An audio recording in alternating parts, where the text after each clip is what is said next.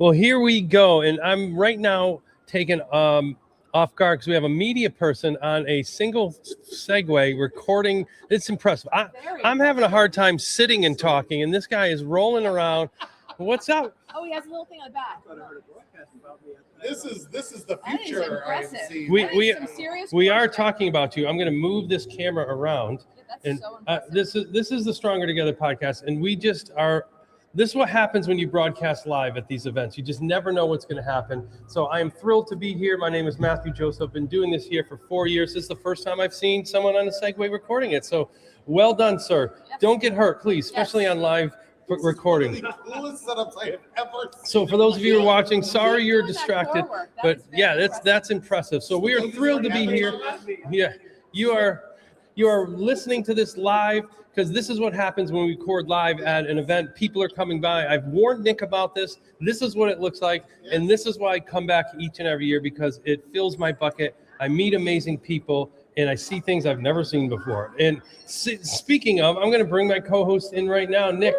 We are seeing things today that we were not expecting to see. You're meeting people. We are just having a great time sharing these amazing voices. Yeah, I'm expecting to end up in the next Avatar film with this rig setup. This is like insane, but that's nothing compared. It's impressive. It's impressive for sure. Meeting old friends again from the Twitterverse and connecting with the old standbys I see every single year, and then meeting brand new people face to face and being like, oh my goodness, I want to learn everything about you and what you do because you've inspired me in this little 10-minute, 15-minute window of conversation. Like that's the bonus of coming to an ISTE, coming to an event like this, to connect with those people, because it can legitimately change your pedagogical approach after a 15, 20-minute conversation. Absolutely. And with that, I want to bring in our guest, because for me, I've known her a long time. I've been able to see her work. What has always inspired me about educators is the people who do the work, then share the work.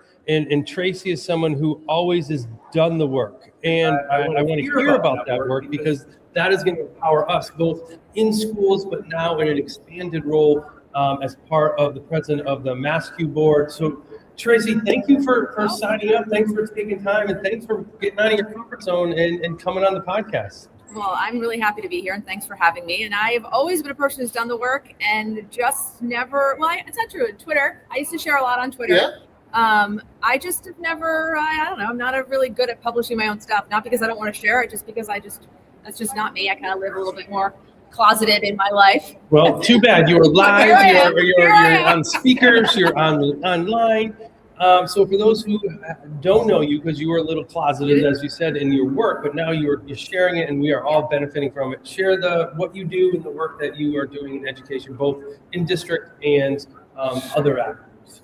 I am just a passionate educator. That's the way I like to describe myself. I started off my actual career in the work world in finance, and it was exhilarating and lucrative, but not. And you want no part of that. No. I was like, what should I do? Let's just throw all the money away. It wasn't inspiring, right? I didn't feel like a passion to do the work. And so when I moved to Boston in 2001 with my husband, my new husband at the time, and I was like, you know what? I don't want to do this anymore. And I ended up finding a job in Sudbury, Massachusetts as a skills instructor for the MassCUE program. For those of you who don't know, it's a program that provides transportation from urban setting in the Boston setting and brings them out to schools in the suburban area. And I just, from the minute I stepped foot in the school, I was like, this is where I'm meant to be, and ended up teaching that following fall at the Carroll School in Lincoln, which is a school for students with dyslexia. And it is, I will forever be grateful that is my path. I learned how to teach students who are just different in so many ways, but they were amazing. And I knew the first day I taught that was what I was meant to do. Wow. So I did that for 22 years in the classroom, and then someone convinced me that I should give a step into more admin and leadership. It was not the right choice for a lot of reasons, but I do question that decision because I love the classroom so much. But I just spent a couple years as assistant principal, otherwise known as an FBI director / prison warden, and at a middle school. And now I just spent the last year in district leadership. I'm now a curriculum director for Humanities at a school system in in Massachusetts. Did Matt mention that you're involved with MassCUE? I am, and that my other world has always been that. Well, my husband works for Microsoft, so we were a very techie family. So I've always had the techie side, but I've always wanted to know how you bridge gaps for kids, right? How do I bring the best learning possibility to students? What could gain access? What could build bridges? What can inspire them? And so technology has always been there to do that. And so from the very beginning, I've always tried to explore how technology can amplify what I do with students and what students are able to do. And found MassCUE early on in my career, which was great because at that time, there weren't a lot of people doing a lot of technology integration work at the level, particularly not in social studies, which is what I taught. Yeah. And so I found a community, right, of people who were willing to explore and jumped into MassCUE pretty early on. And then got involved with ed camps and that wonderful collegial environment, and I've been on the MassCUE board, and now I'm the MassCUE president, and it is the most time-consuming volunteer position I've ever had, but very, very proud to be doing the work. Well, you talk about burying the lead, president of MassCUE, as if it's Sneak that in at the end. Sneak that in. That's a throw-in bit of information, but it's it's a lot of responsibility because you're helping direct the path forward for educators that are committed to using technology to support learning. And I bet you it is a thankless job, and it takes up all the hours. Well, I think my voice on that board has always been really important. One of my predecessors as president was Raina Friedman, and she and I served on the board together, about a decade ago. And we were the rare classroom teacher voice. Mm-hmm. And now I'm the rare, instructional voice on the board where my job is not tech focused, right? So I use technology every day. I couldn't do what I do without it.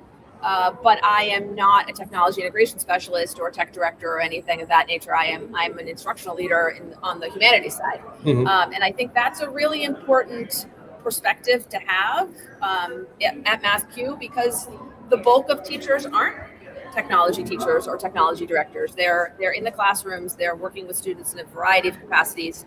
And I think that's a really important perspective to bring into all of the programming and to the experience that educators have when they come to our conference in the fall. So I'm proud to do that work, and it definitely keeps me busy. Well, you mentioned friend of the podcast, Raina Friedman. Oh, yes. Well, you got to throw her in. She's wandering around here somewhere. She was. I saw her earlier. Yes. And I didn't have my glass on. I didn't see you. And then I think it was Raina, and I put my glass on. I'm like, hey, she was on earlier in the week. And we got people running. Be careful. Don't get hurt. And I think it just goes to show, and I was talking to Tracy before she came on, talking about the event, just when you get a group of educators together who are passionate and bring ideas, what can come from that? I can't remember a time in my classroom where my idea really generated from something I thought of in a vacuum, right? It was something I heard or read about or saw presented at a conference that I was at, or a blog post in the back of my rest in peace Twitter when it was existing, where people would share something and be like, you know what, I could do that with this group of kids, or that fits that need, or I wonder if I tweak this a little bit and add this on, if this would fit with this group of students. And it's those ideas that get kind of generated by the people you meet and the sessions you go to and experiences like this conference that I think really bring something new and rich to what we do and keep it exciting. Like, who wants to? I never understood any of those teachers who taught out of the box. Right, this is what happens on day 32 of the year. Those teachers scare me, and it's only because how boring is that? Like, I don't know, it just seems boring. Like, I want to try something new and do something different. So these are the conferences that inspire me to do that. Well, there's a couple of things that are coming to mind for me. One, I clearly need to spend more time in Massachusetts because I can't even begin to count the total number of amazing educators. Matt, you're obviously in Massachusetts. That's fine. I can be an afterthought. I'm good with that. But we had Kim, Jack, we had Raina, we have Tracy. Two of my closest friends. The state of Massachusetts is doing things. Let me tell you that on October 14th and 15th of this year, we will be hosting our annual MassCUE conference, which is actually, we host at the Gillette Stadium, which is, for those of you who don't know, where the Patriots play. And this year, Matt's actually one of our featured speakers. Yeah, amazing. Honored, like shocked and honored. And we'll be doing some podcasting for us there as well. But it's really a fantastic group. Massachusetts just has great educators, and we're proud to put on this conference and invite people from across the country actually to join us. Matt Miller will also be there. Donnie Piercy. Yeah, and Donnie Piercy. Carl and, Hooker's going to be there. Kip Blazer, and Carl will be there, and Liz Bosi always does a great job, and she'll be doing our work next year for representing us when we host ISTE next year in Boston. I know, it's like super exciting. Yeah. School AI at MassCUE. We're going to be there. We're going to do some fun things as well. Fantastic. The next piece of it is you talked about when you stepped into the school and you had that feeling, like you just. Like there are very few feelings. We talk about like, what moments did you relive? Like the very first time I found out Darth Vader was Luke's dad. Like that's when you don't forget. There are moments where there's a before and after, right? And realizing that this being teaching is your thing is a quintessential before and after moment. And when you support things like MassCUE and your work curriculum level, right? How are you supporting teachers into keeping that spark? Because that's the spark. You think you have the spark until you have that moment. That moment is the spark. How do you do that, like as a curriculum person, to make sure that things are fresh and supportive, or at the MassCUE level where you're like the whole state now is a spark that you're trying to maintain? How do you approach that? I try really hard to bring it to the core of what we're trying to do with kids. Right, and so it's not are you teaching this math fact or are you teaching this particular content topic. It's are you inspiring kids to want to do more and to engage more.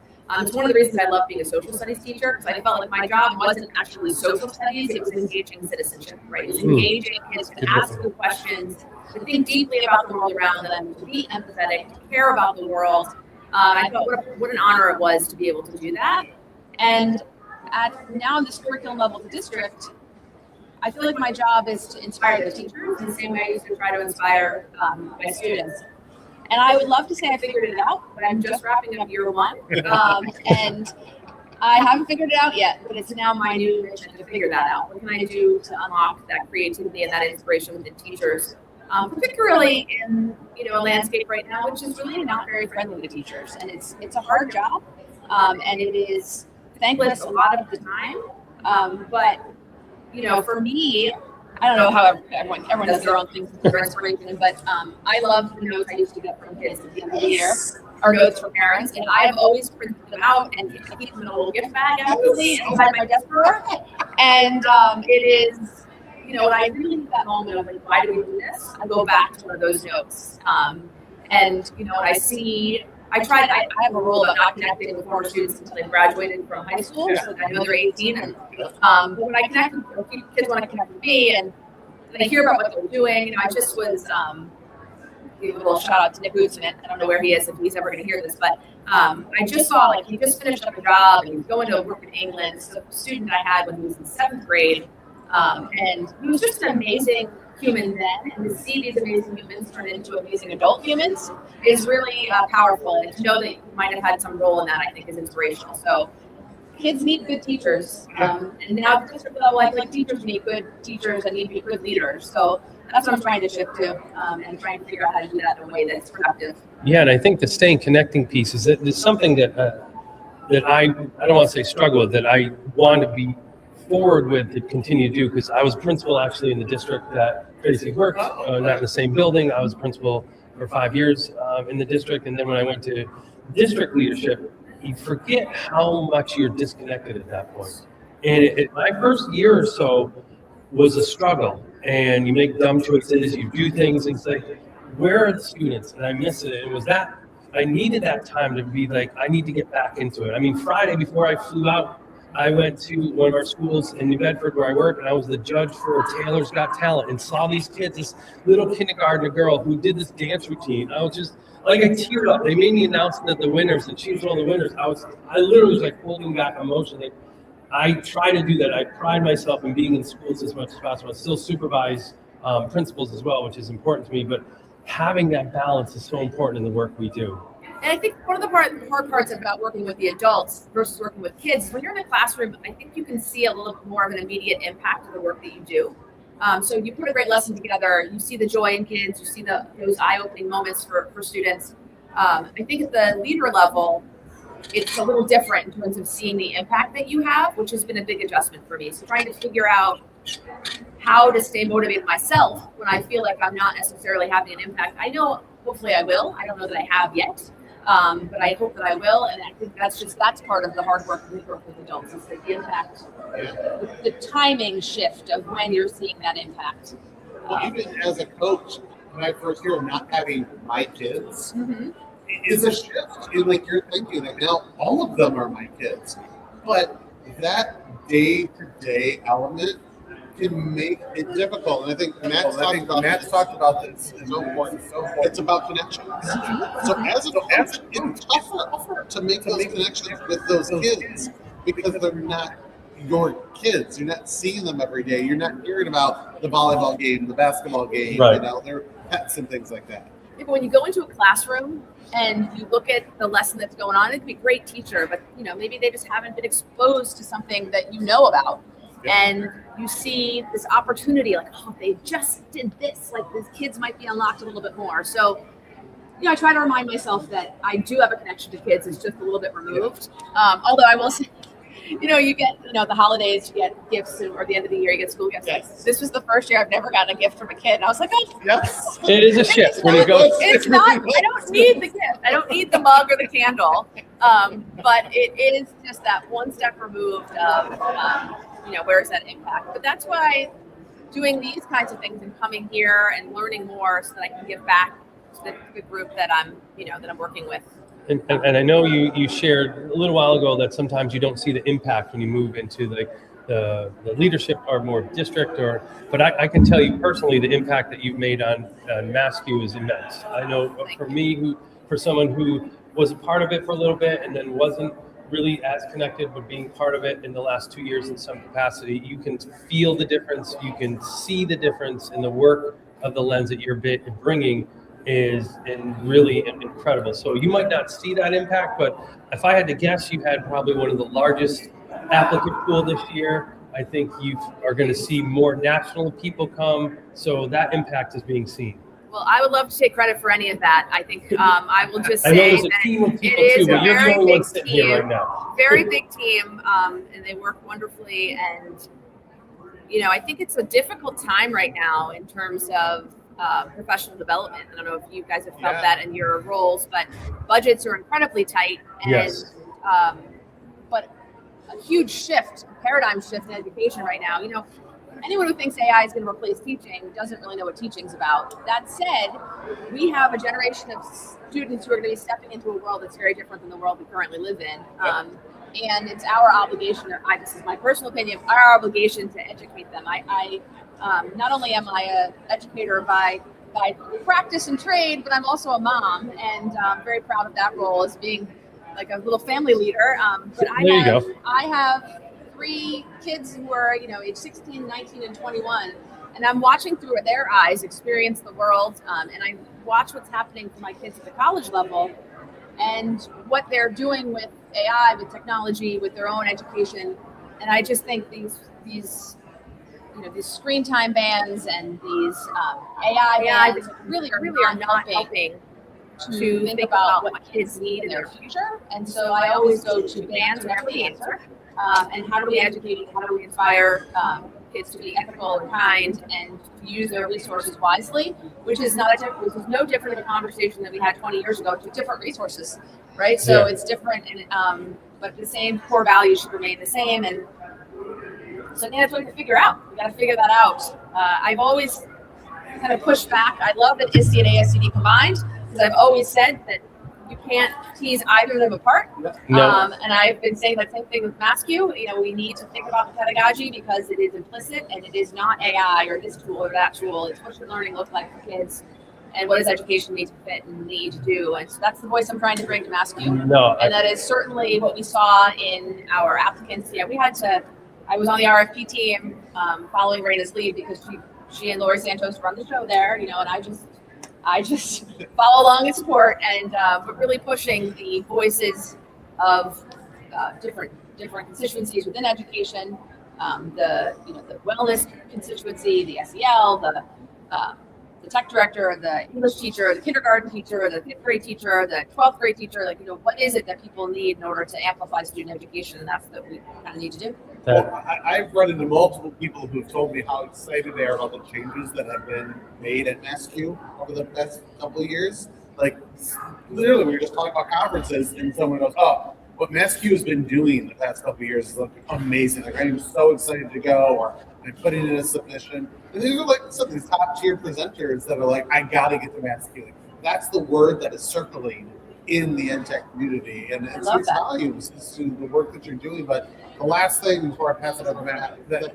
got me really thinking that you said, we're preparing kids for a world, right? It's different than what it is now. But really, haven't we always been doing that? Sure. Like, It's true. Isn't it like That's what what I good mean. education pedagogy is, right? I'm not teaching you this book. I'm teaching you how to analyze text, because that's the skill that you're going to need when you move forward. AI literacy, that we say, is media literacy. Sure. Right? Like, is something what it appears to be actually it. And we're teaching skills and not content. And you can focus on that. You can move and evolve with whatever comes your way. Right, but think of the challenges that face students now that they didn't face 15 years ago. You were when I did research as a 10th grader way back in the 20th century. It was go to the library, find the 3 books that are on this topic, and maybe you find something on microfiche. This is it. This is what you looked at. This was regarded as a resource that was verifiable and real. And now students have a whole other layer of, is this real? Is this trusted? And then more importantly, does it offer the perspective that I might not have gotten if I didn't read it? And I think that's a whole new level of research, of skill that students need in order to be viable and to be productive in their future. And yet there are people advocating that we go backward in time. And I said, but we can't. We can't. And going backward is what's going to continue to create these silos of understanding, which are very dangerous in our society. So this is total social studies made. I don't care if you're right, left, center.